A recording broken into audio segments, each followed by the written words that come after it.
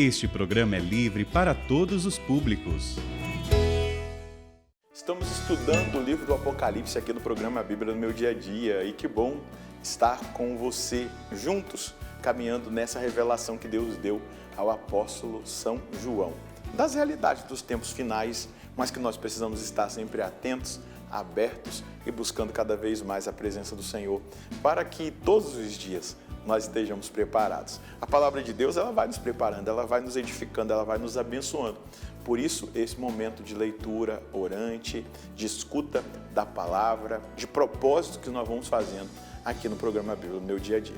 Vamos rezar juntos, suplicando o Espírito Santo para que Ele nos conduza no nosso estudo bíblico. Em nome do Pai, do Filho e do Espírito Santo.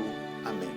Vinde, Espírito Santo, enchei os corações dos vossos fiéis e acendei neles o fogo do vosso amor. Enviai o vosso Espírito e tudo será criado e renovareis a face da terra. Oremos, ó Deus que instruíste os corações dos vossos fiéis, com a luz do Espírito Santo. Fazei que apreciemos retamente todas as coisas, segundo o mesmo Espírito, e gozemos sempre da sua consolação, por Cristo Senhor nosso. Amém. Vamos dar prosseguimento ao nosso estudo. Então pegue aí a sua Bíblia, o seu caderno, para anotar o texto de hoje. Apocalipse, capítulo 9, versículos de 13 a 21. Apocalipse, capítulo 9, versículos de 13 a 21. Vamos ler o texto para a gente colher o que Deus quer falar conosco hoje. O sexto anjo tocou, e eu ouvi uma única voz vinda dos quatro cantos do altar de ouro que está diante de Deus. A voz dizia ao sexto anjo, aquele que segurava a trombeta: solta os quatro anjos que se encontram algemados no grande rio, o Eufrates. E foram soltos os quatro anjos que estavam com a hora, o dia, o mês e o ano marcados para matar a terça parte da humanidade. O número das tropas de cavalaria era de 20.000 vezes 10.000. Eu ouvi bem o seu número, e na minha visão vi os cavalos e os cavaleiros do seguinte modo: tinham couraças de fogo, jacinto e enxofre. As cabeças dos cavalos pareciam cabeças de leões, e de suas bocas saía fogo, fumaça e enxofre. A terça parte da humanidade morreu por causa destas três pragas: o fogo, a fumaça e o enxofre que saíam das bocas dos cavalos. Pois o poder desses cavalos estava na boca e na cauda. Suas caudas pareciam serpentes com cabeças, e com estas causavam dano. As demais pessoas, as que não morreram devido a estas pragas, mesmo assim não se converteram das obras de suas mãos. Não deixaram de adorar os demônios, os ídolos de ouro e de prata, de bronze, de pedra e de madeira, que não podem ver, nem ouvir, nem caminhar. Também não se converteram de seus homicídios, nem de suas magias, nem de sua prostituição e nem de seus roubos. Estamos avançando aqui no estudo e agora precisamos ler versículo por versículo para nós entendermos aquilo que Deus quer falar conosco. Veja só, é o último, ou melhor, é o sexto anjo que toca a trombeta e ouve-se uma voz, não é? Uma voz que fala diante do trono de Deus. Essa sexta trombeta, ela representa o tempo que antecede imediatamente a vinda de nosso Senhor na sua glória. O altar de ouro é o que já apareceu lá no capítulo 8, no versículo 3. A voz dele sai, é uma resposta. Essa voz que sai desse trono é uma resposta à oração que foram feitas pelos santos. Veja só. A voz dizia ao sexto anjo, versículo 14, aquele que segurava a trombeta: solta os quatro anjos que se encontram algemados junto ao grande rio Eufrates. Os anjos presos, eles designam os demônios. O número 4 pode significar a plenitude dos demônios que serão soltos nesse tempo. Isso é, Deus lhes permitirá atuar livremente porque os homens abandonaram a Deus. Então, existirá uma atuação livre É isso que São João está vendo aqui. Uma atuação livre dos demônios no sentido de tentação e de tormento em relação à humanidade. Esses 4 anjos podem corresponder também àqueles que apareceram lá no Apocalipse 7, no versículo 1. O rio Eufrates é uma fronteira, né, ideal de Israel, é uma fronteira real do Império Romano. Então, temia-se sempre uma invasão nessas terras. Por isso, esse rio Eufrates é a fronteira. Então, os 4 anjos do castigo divino se colocam exatamente aqui. Pode também designar o flagelo da guerra, toda essa realidade. O versículo 15: e foram soltos 4 anjos que estavam com a hora, o dia, o mês e o ano marcados para matar a terça parte da humanidade, né? O número 4, né, ele evoca a totalidade dos demônios, um quadro completo aí nessa relação, né? São 4 anjos maus, 4 demônios que provocam a guerra na terra, na hora, no dia, no mês e no ano que está estabelecido, marcado. Pode também designar uma guerra espiritual, uma guerra cultural, não é? Que será travada, e nós precisamos estar com o nosso coração no lugar certo. Depois, matarem os homens da terra, né? A palavra vai dizer, esses demônios, no tempo do anticristo, eles vão procurar matar fisicamente os santos, mas de uma forma muito precisa, matar espiritualmente os pecadores.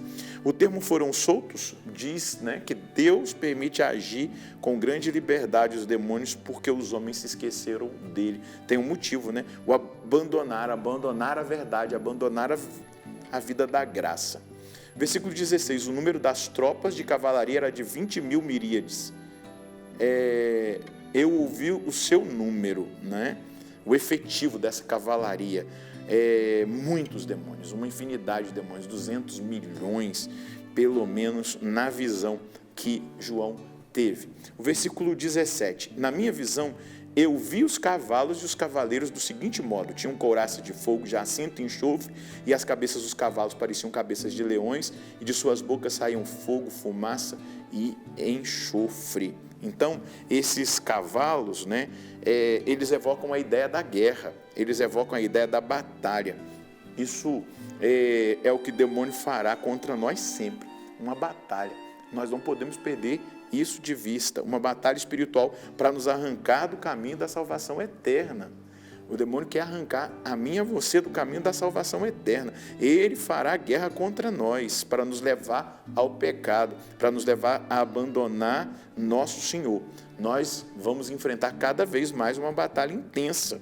Então, esses elementos são elementos infernais, não é? Até mesmo caracterizados lá no livro de Jó. Nós vamos perceber exatamente isso aqui. A terça parte, versículo 18, da humanidade morreu por causa dessas 3 pragas: o fogo, a fumaça, o enxofre que saíam da boca dos cavalos. 1/3 dos homens foram precipitados para o inferno. Isso aqui é que está revelado, né? Morte espiritual, morreram, tiveram uma morte espiritual. Versículo 19, como efeito, o poder desses cavalos estava na boca e na cauda. Suas caudas pareciam serpentes com cabeças com as quais causavam dano. A boca pode designar que o poder dos demônios está na tentação. O diabo trabalha de modo que eu e você sejamos persuadidos a abandonar a fé, a apostatar da fé, a nos levar, né, por essa persuasão, por essa indução ao pecado. Essa é uma batalha muito importante. Eu e você precisamos estar entendidos disso. Nós precisamos resistir aos argumentos traiçoeiros dos demônios, simbolizados pela cauda semelhante à da serpente. Lembra a serpente lá no jardim em Éden? Ela seduz. Então, a cauda, parecendo uma serpente, nos revela exatamente isso. Versículo 20, as demais pessoas, as que não morreram devido a estas pragas, mesmo assim não se arrependeram das obras de suas mãos, não deixaram de adorar os demônios, os ídolos de ouro e de prata, de bronze, de pedra, de madeira, que não podem ver, nem ouvir, nem caminhar. Também não se arrependeram dos seus homicídios, nem das suas magias, nem da sua prostituição, nem dos seus roubos. Os pecadores, dentre aqueles que não morreram, eles continuarão com o coração endurecido no pecado, sobretudo na idolatria. É isso que o apóstolo está revelando. E ainda, diante da atuação visível do demônio, a obstinação dos maus no pecado, que os cegará de forma que não conseguirão e não irão querer arrepender-se dos seus pecados. Veja só, toda a ação permitida de Deus é para conversão, é para transformação.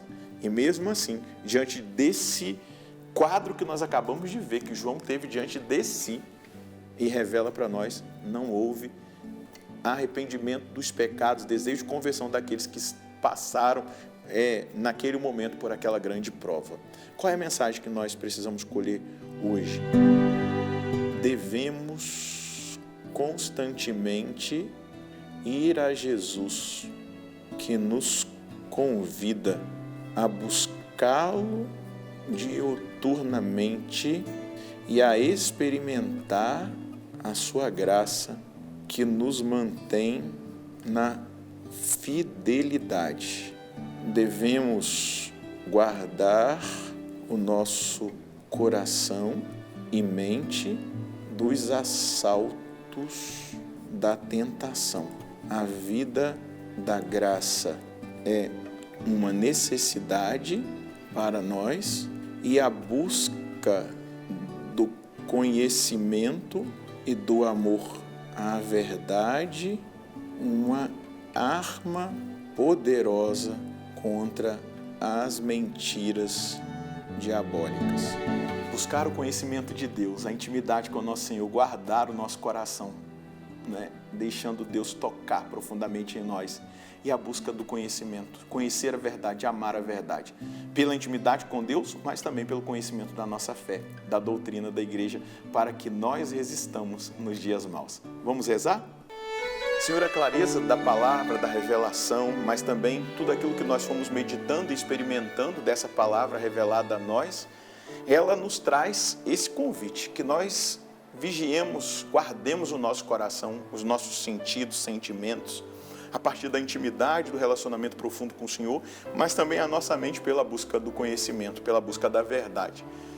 E do coração para a mente, para a razão, da razão para o coração, iluminados pelo Seu Espírito, nós conseguiremos amar a verdade.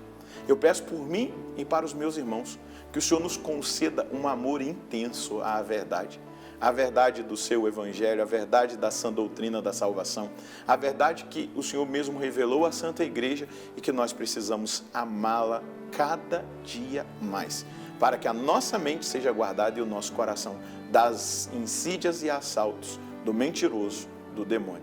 Então ajuda-nos a permanecer na verdade, nosso Senhor e nosso Deus. Tenha aliança com a verdade, não aceite qualquer mentira, qualquer realidade contrária aos ensinamentos da nossa fé, aquilo que nosso Senhor mesmo estabeleceu e que está revelado à Santa Igreja. Então viva com intensidade essa verdade, ame a verdade, preserve o seu coração e a sua mente e o mal não te atingirá. Deus abençoe você, a sua família. Nós nos encontraremos no próximo programa, se Deus quiser, no nome do Pai, do Filho e do Espírito Santo. Amém.